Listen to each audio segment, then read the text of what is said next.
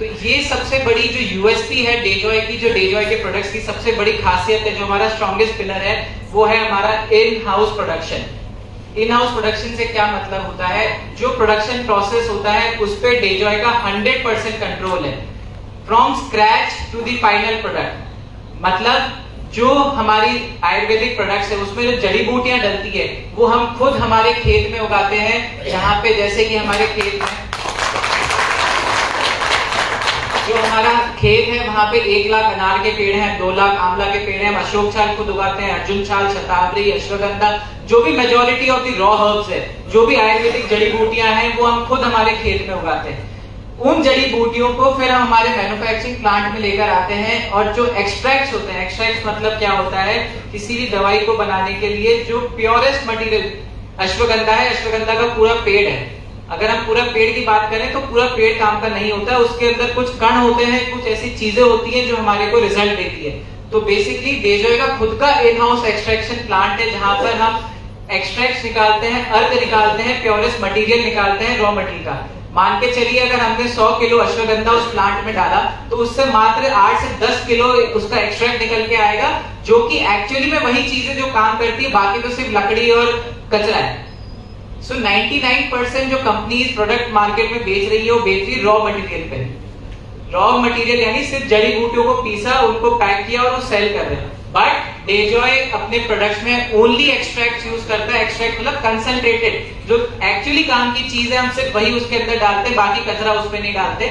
इसलिए डेजॉय के प्रोडक्ट्स में सबसे जल्दी रिजल्ट आता है और इसलिए हमारे प्रोडक्ट की क्वालिटी लोगों को बेटर है।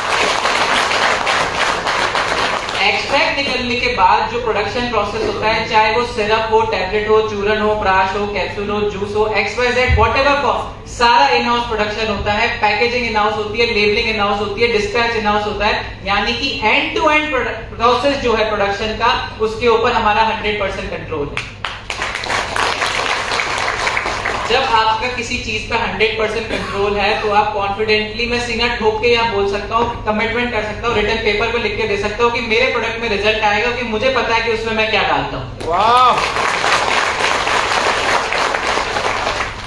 आयुर्वेद कोई जादू नहीं है कि आज से 15-20 साल पहले आयुर्वेद के बारे में इतनी अवेयरनेस नहीं थी, लोगों को पता नहीं था, तो लोगों को लगता था कि यार ऋषि मुनि लिख के चले गए, अश्वगंधा खाने से ये होता है, गिलोय खाने से ये होता है, आंवला खाने से ये होता है। बट आज वो बात नहीं है। आज एवरीथिंग इज साइंटिफिकली प्रूवन, हर चीज के ऊपर रिसर्च है, एवरीथिंग इज साइंटिफिकली प्रूवन कि भाई अश्वगंधा खाने से ऐसा होता है, गिलोय खाने से ऐसा होता है, आंवला खाने से ऐसा होता है, सब साइंटिफिकली प्रूवन है। बात इतनी सी है कि आपकी नियत कितनी साफ है, आप क्या बोल रहे हो, क्या डाल रहे हो, किस क्वालिटी में डाल रहे हो।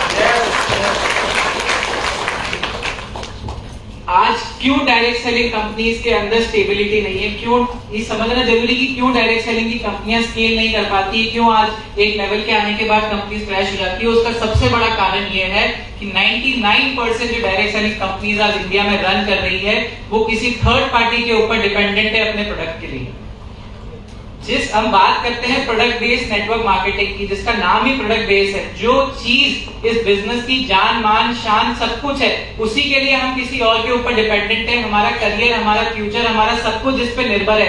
भाई हम किसी आदमी पे डिपेंडेंट है कि यार वो अच्छी क्वालिटी का प्रोडक्ट बना के देगा तो मैं इन लोगों को दूंगा, ये आगे लोगों को देंगे। सो सबसे बड़ी प्रॉब्लम ये है, जब तक आपका अपने प्रोडक्ट्स के ऊपर कंट्रोल नहीं रहेगा तब तक आप कभी भी वो क्वालिटी एश्योरेंस लोगों को दे ही नहीं सकते।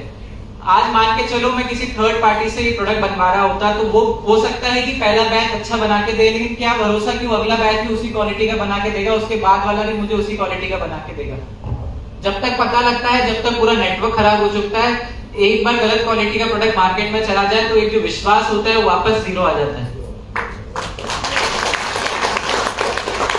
तो 3 चीजें मुझे लगता है कोई भी बिजनेस हो दुनिया का, सिर्फ डायरेक्ट सेलिंग की बात नहीं है, चाहे ट्रेडिशनल बिजनेस हो, डायरेक्ट सेलिंग हो, कोई भी ऑनलाइन बिजनेस हो, कोई भी बिजनेस हो, 3 चीजें मुझे लगता है जो सबसे जरूरी होती है किसी बिजनेस को लंबा चलाने के लिए, बिजनेस को सस्टेनेबल बनाने के लिए। एंड वो 3 चीजें हैं, first product quality, second product की सप्लाई और तीसरी प्रोडक्ट की प्राइसिंग। सो प्रोडक्ट क्वालिटी मैंने आप लोगों को बताया कि क्यों डेजॉय के प्रोडक्ट्स आर नंबर 1 एंड क्यों मैं खुला चैलेंज करता हूँ, ओपन चैलेंज आज भी कर रहा हूँ, आज से 100 साल भी बाद भी कोई भी हमारे यहाँ जो खड़ा होगा वो करेगा, क्योंकि ओपन चैलेंज है, कोई भी आप डायरेक्ट सेलिंग कंपनी को उठा लें, कोई भी ट्रेडिशनल कंपनी को उठा लें, कोई भी इंटरनेशनल कंपनी को उठा लें, अगर डेजॉय से बेटर प्रोडक्ट आपको कोई देता है तो आप जो बोलो मैं करने को तैयार हूं। वो कर ही नहीं सकते हैं, क्योंकि एक अच्छा प्रोडक्ट बनाने के लिए बहुत सारी चीजें लगती है, एक इंफ्रास्ट्रक्चर लगता है, R&D लगती है, एक टीम लगती है, बहुत सारे इन्वेस्टमेंट लगता है, वो हर किसी के बस की बात नहीं है। अगर हर कोई कर पाता तो हर कोई करोड़पति होता, हर कोई के पास अच्छे प्रोडक्ट होते।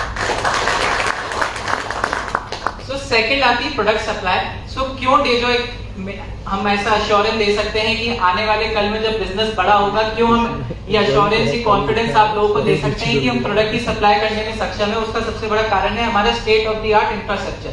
अगर आज मैं डेजॉय की एडिला बायोटेक जो हमारी मैन्युफैक्चरिंग कंपनी उसकी बात करूं, उसकी प्रोडक्शन कैपेसिटी की बात करूं, तो आज हम सक्षम है डेली 20,000 लीटर सिरप बनाने के लिए, 20 ton syrup, 20 ton juice, 1 ton प्राश, 5 लाख टैबलेट, 2 लाख कैप्सूल, ये आज हम सक्षम है बनाने के लिए। तो दिस शोज कि आने वाले कल में जब बिजनेस बड़ा होगा, 10 गुना होगा, 20 गुना होगा, उसके लिए हम आज से तैयार है। और जो हमारी एक्सपर्टीज है मैन्युफैक्चरिंग करना, उसको हम और ज्यादा आगे बढ़ा सकते हैं जब बिजनेस बड़ा होगा। सो ये हमें बताता है कि आने वाले कल में प्रोडक्ट की सप्लाई में कभी इशू नहीं आएगा। कि आज होता क्या है, जब बिजनेस बड़ा होता है, जब बिजनेस बढ़ने लगता है, तो कंपनी सप्लाई मेंटेन नहीं कर पाती। जो कोई प्रोडक्ट होते हैं बहुत अच्छे चलने लग जाते हैं, या तो सप्लाई मेंटेन नहीं कर पाते या क्वालिटी मेंटेन नहीं कर पाते। उसके कारण कई सारी नेगेटिविटी मार्केट में आती है, कई सारे लोगों का विश्वास खत्म होता है प्रोडक्ट के प्रति, और आने वाले कल में फिर वो बिजनेस चाह के भी नहीं चला पाते हैं।